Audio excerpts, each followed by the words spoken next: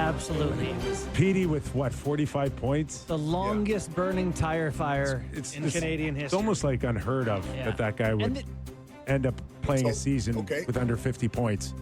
So we all agree it was horrible, Yes. and they finished 6 points out of the playoffs. Right. They finished with 90 points, 6 points out of the playoffs with everything going wrong. Only 5 times in the first 41 games of the season. So 5 times in the first half of the season did they have Demko, Pettersson, Hughes, and Miller all in the lineup together. And I understand the fights between Pettersson and Miller, and that whole thing was a whole nother issue on top of that. But my point being, they weren't healthy, they underperformed. It was a disaster, and they still came up with 90 points. So if Pettersson can go back to being Pettersson, Quinn Hughes, I don't think we have any doubts about him. Demko needs to stay healthy. I think there's some optimism to be had there. But again, we're asking for things to get back on track, and there's never guarantees in the NHL. So I love that team, though. I think it still, can show who they really are, and I think this is going to be one of those years. Adam Foote has his work cut out for him, but I think he's that player's coach. In spending a little time with Vancouver, the guy seemed to just embrace his style of coaching, and I think that was a big reason why they, elevated him from assistant coach to head coach. He's been basically a mentor to Quinn Hughes. There's a great relationship there, and I think that's going to count for something on the bench. And if Demko again can go back to being the healthy Vezina caliber Demko, it changes everything for the Vancouver Canucks this year. Well, it's crazy. Last year we had 5 Canadian teams in the playoffs. Vancouver and Calgary missed. Calgary actually tied for the last playoff spot, lost on a tiebreak. Canucks were just 6 points out. We going to get more than 5 this year? Can we 6, 7, DA? Have we ever done 7? We've never had 7. That's unprecedented. I'm not sure we're going to get more than 5. It's also hard, right? You have 3 of them in the same division in the Atlantic. You have 3 of them in the same division in the Pacific. It's hard to get all those teams to matriculate through when you have, the Vegases and the Tampas and the Floridas, et cetera, in those divisions. But, I think 5 is a very realistic number. Which 5 it will be is yet to be determined. We talked a little bit about Calgary, Vancouver, Montreal. They're all in the mix, but, time will tell. David, let's just go a little south of the border here and just talk about a few storylines that you're looking forward to. We watched Chicago play Florida, the Stanley Cup champions, and seemed like a pretty close game. I thought Spencer Knight looked good. Your thoughts on Bedard now going into his 3rd season, and do we have a better idea of what he is or what he could still become after this point in time, or is it just too early for sure to say, yeah, this guy will be good, but how great he'll be isn't what we projected maybe 3 years ago? I know there's some detractors. One thing I'll say is his heart is where it needs to be. Everyone I've talked to said all he worked on all summer was his skating, which was his big sort of, part of his game that needed some work.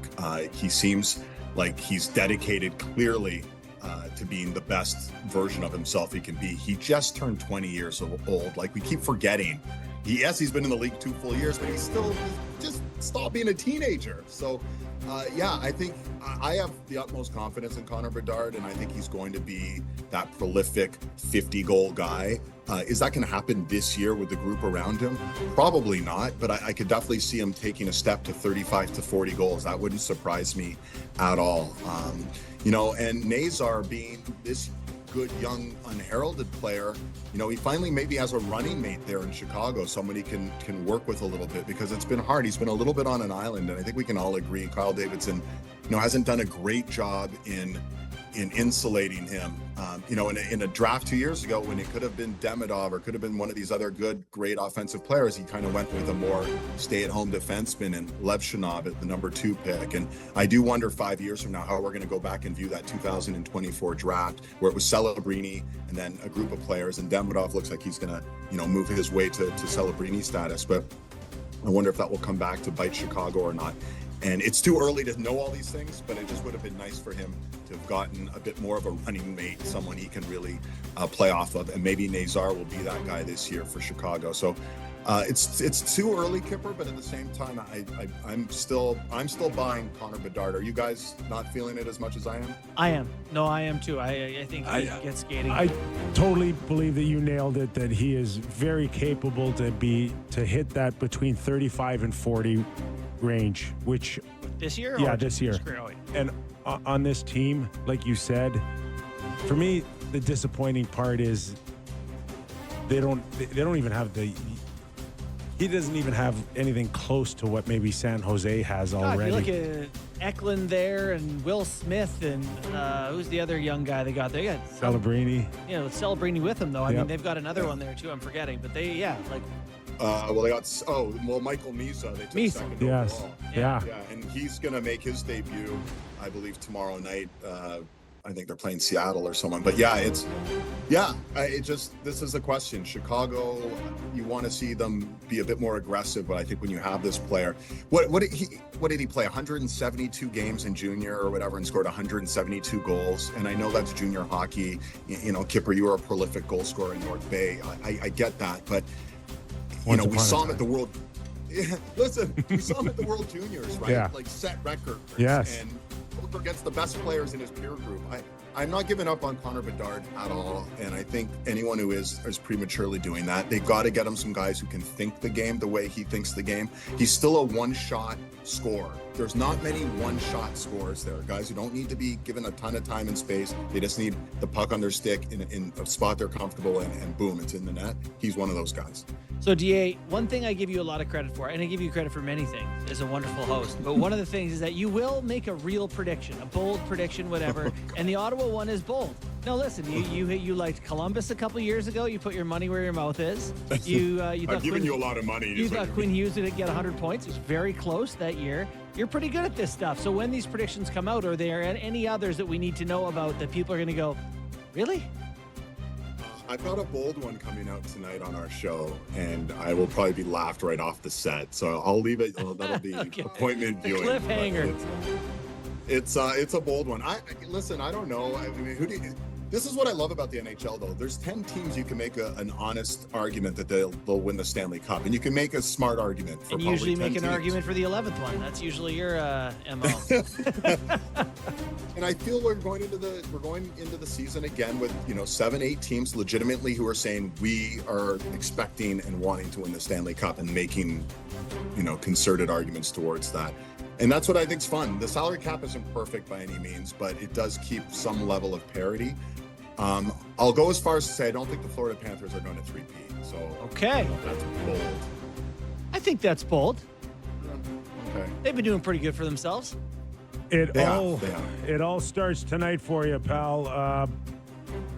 Toronto Maple Leafs and Montreal lead the way here. What time is the pregame, and who's on the panel with you this year? So it's 6:30 tonight is our pregame, setting up Toronto, Montreal, and then Edmonton, Calgary. It's going to be tonight, Elliott, Colby Armstrong, Luke Gastick. But it'll be a sort of a mixed bag. Sam Cosentino obviously is going to be prominent there. Jennifer Botterill will be on as well. So it depends on everyone's schedules and week to week. But tonight it's Colby, Elliott, Luke, and myself, and we're pumped. Night one of at least the Canadian teams, the NHL on Sportsnet. Here we go. Good luck, man. Have a great year. Well, we traded you in for Carolyn Cameron. I think it's a great trade for us. It is. So we had to make that move. Yeah, we had to make that move. We needed to get younger. I got to tell you, we just needed to get younger.